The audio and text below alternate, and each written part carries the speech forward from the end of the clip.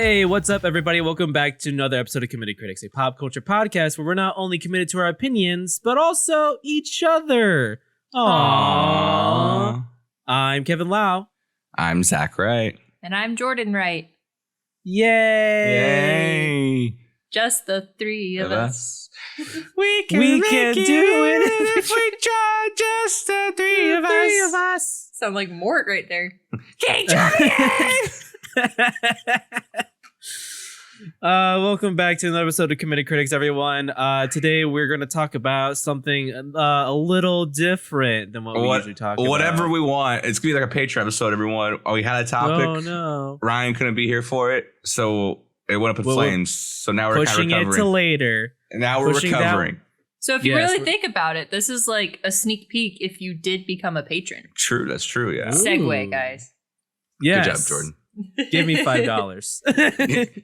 You're ugly and I hate you. Give me $5. So I mean, the first topic that we're going to talk about, Zach kind of brought up, is basically what's going on with the WGA and SAG strikes going on right now. Yeah, so I kind of wanted to present it to you, Kevin, as a what's going on, what's the problem, and how is it affecting you personally? Because while you're not SAG or part of the Writers Guild, you still want to be part of that industry at some point. Right. So. And yes, and I do work in the film industry, and the studio that I do work with does work with those unions as well. Right. So yes. So as far as what is happening with the Writers Guild and the strike union, basically the WGA, Writers Guild of America, is a union that represents writers of the United States. Screenwriters, TV writers. It kind of has some broad areas as well, but it sometimes covers novelists, sometimes covers comic book writers. But basically it is a union for them, so that way there's a little bit of a agency between the business and the writer that negotiates contracts, like, hey, here's how much you need to pay your writers, how much time you have to pay them. And then they also provide like benefits as well, or at least references to benefits of like health, dental, all that stuff. Their basic insurance and their basic way of living, basically.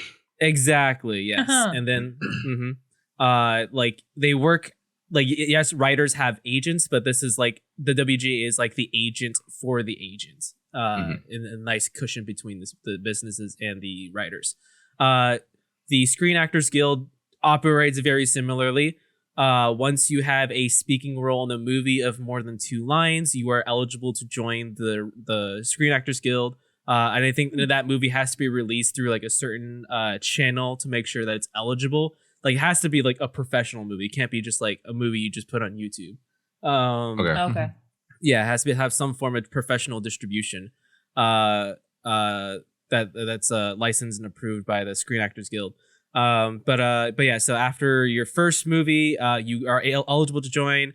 After your third movie, you have to join. And it, again, operates as it is a union, so it operates as a way for you to get your insurance. Operates as a way to like help negotiate contracts with studios. And then these unions also create the working regulations as well for studios to follow. To make sure they do not overwork the writers and the actors, or if things go overtime, they negotiate how much overtime that is. Yeah. I don't have a lot of experience with the WGA. I only know one person personally who works with the WGA. But I do work with a lot of SAG actors. And so there's a lot of contracts where it's like, so this person needs to have a private room and a private bathroom for every location, or an RV. Some of them are like, oh, they just need to have a private room. But then there's like, they also negotiate the wages as well, the daily rates, and how much percentage they get at revenue after the movie is done. I'm going to interrupt real quick. I just had that sort of flashback to when we talked about that one actor or actress with the with a weird location. I was like, oh my God. I just thought of that too. Yeah. Won't say the name, but yeah. We'll not say the name. I would get in so much trouble if I say that name. it's one of the most popular actors I've worked with. But they were difficult to work with. Not because of the contract, but just other reasons. But it was definitely like that contract was like, it was that. So I was a location supervisor in that movie. The producer kind of told me like last minute, it's like, oh, by the way, our lead is contracted for needing a private room and bathroom at every location. I'm like, I really wish you told me this a month ago when I was looking at locations, so that way I can really plan this out. So I guess I'm going to make this work. So what do producers do again on set, or like in general?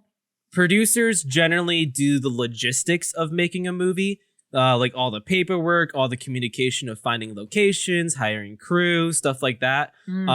Like the really like bare bones description of a producer is that they do everything in making a movie until they can hire someone for certain positions. Okay. So like the line between a producer and a production assistant is very thin, and the production assistant does a lot of the legwork, like where it's like taking out the trash or like helping people where they need help. Like they are the production assistants are like the oil that keeps the gears turning on a production. So producers are like on the flip side of that, handling all the paperwork. They're like, it's like some it depends. Like it really just also depends how skilled the producer is too.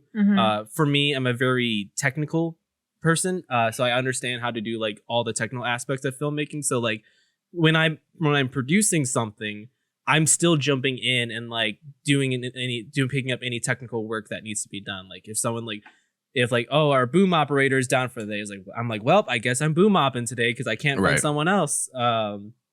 Stuff like that. You need to hold a reflector. Kevin's there holding the reflector. Exactly. Yeah. Whatever needs to get done, a producer does it. But like generally, you'll see them basically on their laptop, sending emails, filling out paperwork, making sure they're sending paperwork to other people to get filled out, being the communication between the studio and the production, all that. So like a lot, like, so that way that the director could focus on all the creative aspects of it, making the creative decisions. Right. Okay.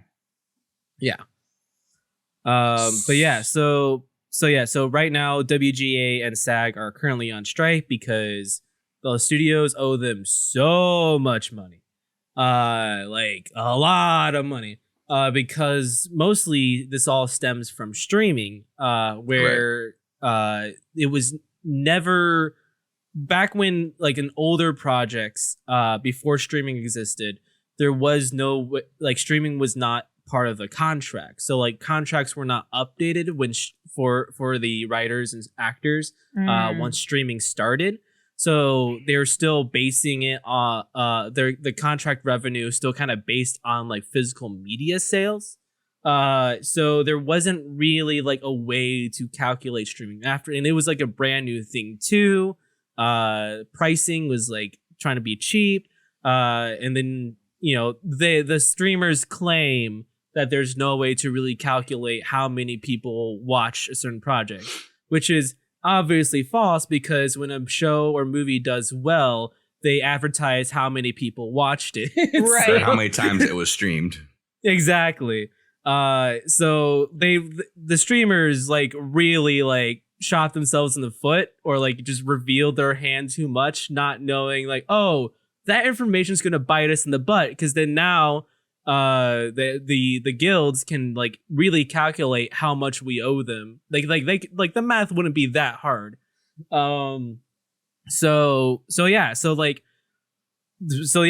Writers Guild did a whole bunch of math, and they were like, wow, Netflix alone owes us $100 million. And then I would love to have been there that day when they figured that out. They're sitting there just like typing in like a shitty little calculator, like a little like black, like a little like tiny one you keep in your desk, right? Mm-hmm. And it's typing, it's like, fuck, that's not money. And they go, that's only Netflix. About Disney Plus, about Hulu, yeah, or like flipping the paper over on the easel is like, it's like $100 million. Oh, that's how much all the studios owes up? No, that's how much one studio owes us. But it's been a battle for a while because it's just like, it's ever since streaming started growing, and then like it became a more quote unquote profitable distribution method. I say quote unquote because it is not profitable at all. No, because Disney's really losing money on it every year. Exactly. So so like over this has been an argument a lot of times. Just a lot of discussion of like trying to be like, hey, can we find a middle ground? Like, we need to update our contracts so that we can pay our writers properly, and then offer insurance, stuff like that. And then obviously studios have been and distributors have been like refusing to negotiate, or like if they do, they don't they only bend a little, but not enough to really fix the problem. Right. And then like, and it just gets bigger and bigger because like, it's like, well, at least like with TV shows, like, oh, okay, like TV shows are still on TV, like they'll do reruns, we can still earn royalties from that. But then like, then streaming became just a lot more popular to the point that people own a streaming service people are contracted with a streaming service as opposed to cable. Right. So that way, so there's less money coming in that should be there. And then also the whole with COVID, like a lot of people had streamed a lot during COVID, and then like that was the real notice. Like once like all those streaming numbers were being released, and people were really doing the math, it's like, oh, we were really screwed over. We're like the checks that like writers and actors would get in royalties were just nothing, even after like it was so viewed so many times. And then what was the next? Oh yeah, then Disney Plus had the whole situation where they were doing the like you can watch it on Disney Plus instead of the theater if you pay like $30 to watch the movie. Yeah, like Black Widow when that first came out, and like Black Widow and Mulan, the live action Mulan. Yeah, so there is a huge problem with that as well, because those $30 that people would spend to watch the movie, for some reason Disney Plus did not count that as a box office income. And so we're not paying anyone royalties from that. God. It was all purely going to Disney Plus. That's why Scarlett Johansson sued Disney off the rip. Yeah, exactly. Because she was like she was like sniffing around. She's like, this smells fishy. And she was the first one to do it. She didn't she win? She did win. Yeah. Props to her. But yeah, so like that was a weird thing too. So like that when that news came out, I was like, why are you charging $30 then if you're not going to be paying like royalties? Right. Like what's the point? Like,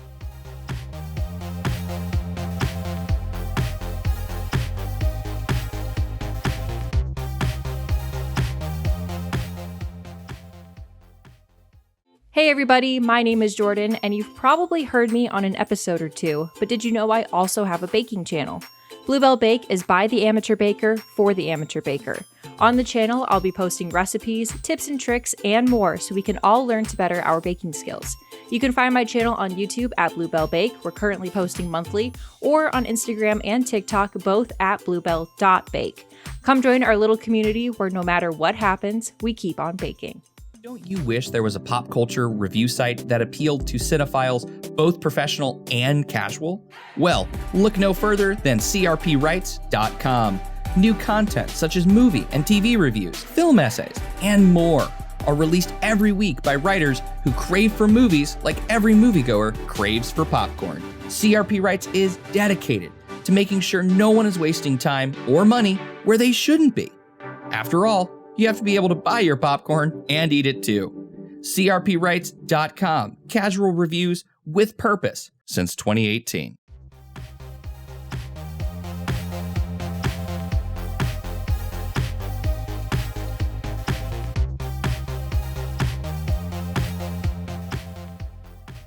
Disney Plus was built to be operated on a loss because Disney does not make any, like, most of their income comes from merchandise. Right. Like movies take up a very small portion of it. So like I was like, oh, so yeah, I knew Disney Plus is probably going to be the most endured streaming service because it is meant to operate on a loss. However, the CEO that left before Bob Iger came back got in a lot of trouble for like putting movies that were supposed to be in theaters on Disney Plus instead, and write it down as a Disney Plus expense. That created a lot of problems financially in the background. That's why he got kicked out of CEO. Good old Bobby Chapek. Yeah, what a guy.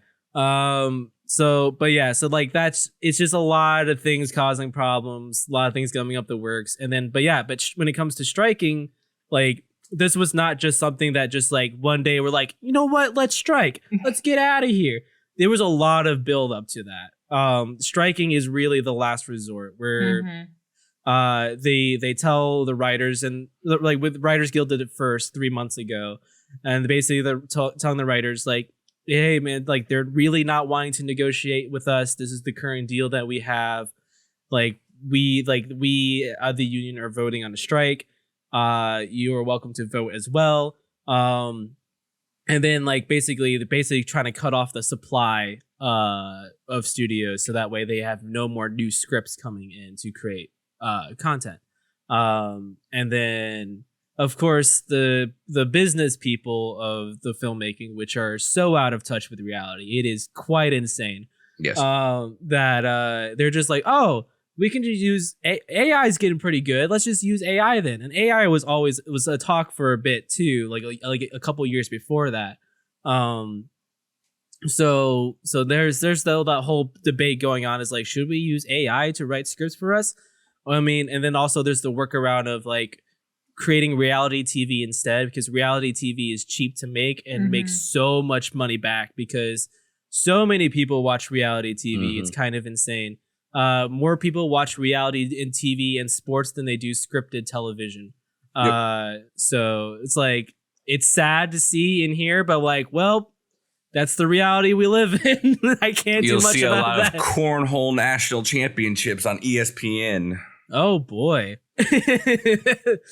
So then like when studios were still like going forth on things even without writers, the Screen Actors Guild, also knowing that they were owed a lot by studios, decided to strike alongside the Writers Guild to help basically take supply away from studios, so that way no actors are working. So you can't make a movie without actors, essentially. To stop productions of movies. And then like after that strike happened, the studios are like, what if we scanned extras as they came in for a day, and then have a contract where we use their likeness however we want, for only $150. So that's a whole other problem that's going on that people are trying to combat. But as of right now, in terms of like, are WGA and SAG going to be making movies anytime soon?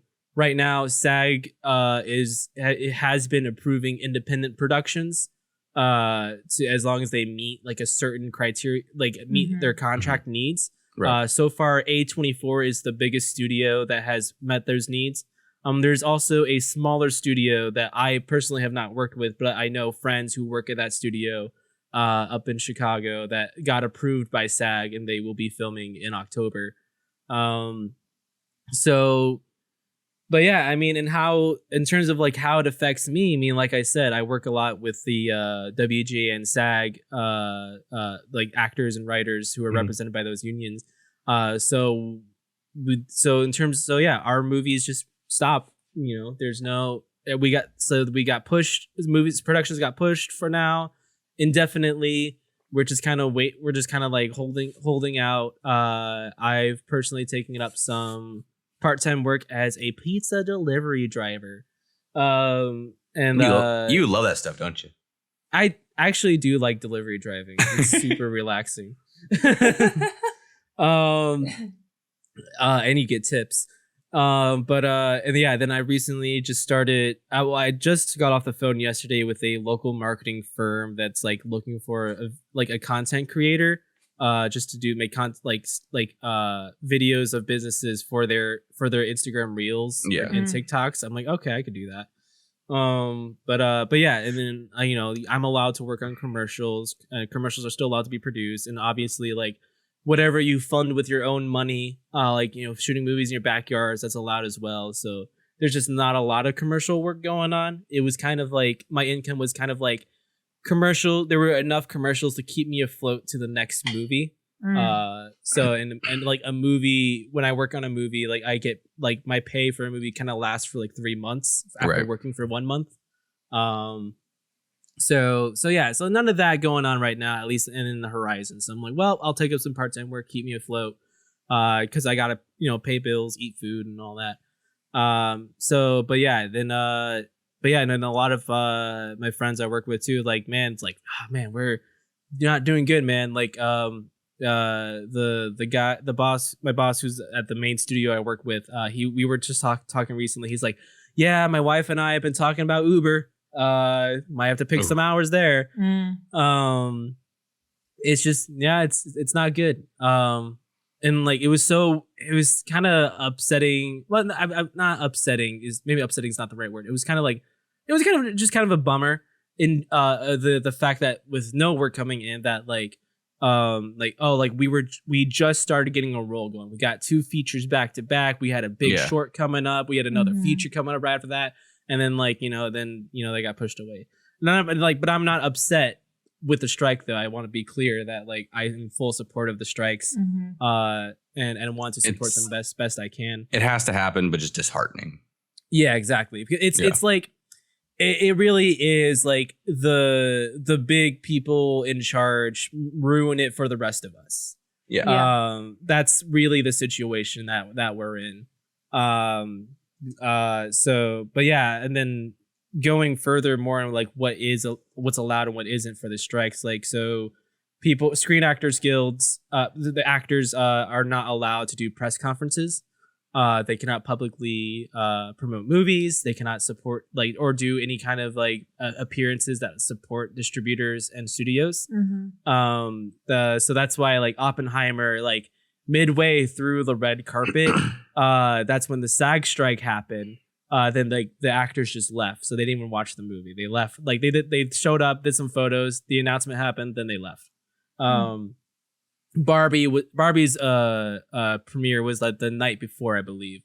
So they were there for the Barbie whole thing. Got so lucky. They're at the tail end of their press junket, and they're like, we've done all we could, and they just disappeared like ghosts in the night. Yeah. So there's a movie that I worked on last year that is currently in a festival run right now. It is making a UK appearance sometime this month. I think it's later this month. But like our lead actress on that is part of the Screen Actors Guild.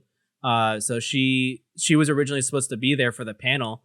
But she was like, with the whole thing, everything going on, she's like, unfortunately, I can't go. We're like, understandable. Yeah, you can't. Yeah, that's true. Yeah. And then like the director, the lead actress, and the secondary lead we're supposed to go on a podcast a couple weeks ago as well, but then like that podcast got pushed because our lead couldn't be in there to promote it. And there's a lot of podcasts like that. Like there's like the ones on TikTok that I've seen, like the Wizards of Waverly Place podcast. They can't do anything because even though it's past work, they still can't promote it. Right, because that it is promoting Wizards of Waverly Place. Correct. Yeah. So you can't. I've also seen fucking Zachary Levi and Stephen Amell being just dickheads, just say fuck the strike, and they just keep talking about it. I'm like, all right, good job, guys. I saw Stephen Amell's thing about it, and I wanted to send it to you, Zach, but I also didn't want to like hurt your image of him. I already knew he's a secret Republican. It's fine. He's a weird guy, dude. He's a weirdly weird guy. I listened his first Michael Rosenbaum podcast. I'm like, okay, not that bad. Listen to the second one. I'm like, oh, this guy's weird. No, this guy's real weird. Yeah, I liked his performance in Arrow, but like as soon as I started looking at his like interviews, I'm like, oh, this guy is a weirdo. Oh yeah. Oh yeah. But Zachary Levi is just a weird guy too. Yeah. he's an interesting fella. He's a strange motherfucker. He's real strange. But yeah, I mean, do you guys have any questions for me that I could answer? But I also want to state publicly on the podcast that I do not represent these unions. I'm not a member of these unions, so I'm only just going to regurgitate what is publicly known. And then but yeah, and then other than that, it's just like I can't speak for them as well. The only thing I was going to ask you, Kevin, you're gonna have a lot of time on your hands. Yeah. What are you hoping to get finished and watched or played? I do plan to dive back into video games a little bit. I need to finish Last of Us Part 2 because I just kind of left that halfway through. Yeah. Not because I wanted to, but because I just got so busy. Like literally since January, I've been kind of on a sprint on stuff, and then now like things just suddenly stop. I do plan on reading, finally getting back to reading more. So I need to finish this big book that I'm reading right now called The Way of Kings. And then like read through a bunch of books that's been sitting on my shelf that I told myself I would read this year. And then in terms of like personal projects, I basically a friend and I are kind of like working on a project right now that I will not speak of. It's very early stages that we're writing, and then I want to get Backlog Boogaloo up and running again, the other YouTube channel that I'm working on. Yeah, so there's like a bunch of stuff for me to do. So right now, like this past week was my first week like really off of movies. And then so basically I spent this past week just kind of like getting back home in all mind, body, and spirit. And then with today being like the first day, it's like, all right, back to the grind. Let's see what I can get done. In terms of like, yeah. The reason I ask, there's a little game coming out in October, Kevin. Oh, what is it? Called Spider-Man 2. It's called Spider-Man 2. And now that I have 2 part-time jobs, I can finally afford things. Oh my God.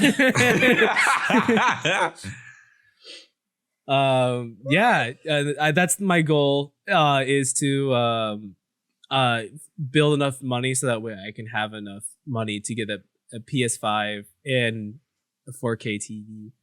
But yeah, and then like, I need to, it's nice to be able to like sit and be like, okay, focus on my finances now. What needs to be taken care of? What do I want to get while like there's no work going on? Like a producer is selling me their Blackmagic Pocket 6K, nice. Which that I've been really wanting. And thankfully like made a deal with me that I had to pay. Like basically, I pay him by the end of the year for it. And it's a very good discount with all the accessories he's giving me with it as well. And then it's really just kind of like focus on myself, focus on my own art, see what I can create. Oh, and then like I do have some projects that will be releasing soon that are not union related at all. Like I have a short film I produced back in like late 2021 that's finally releasing this fall. Mm-hmm. And that's going to be it's very visual effects heavy. That's why it took so long. Right. But that's going to be awesome. I really enjoyed what I've seen so far of the finished product. So, and I'm a big fan of that script. So I'm excited to start showing that around. I cannot say what it is just yet, but you'll know when you see it. There's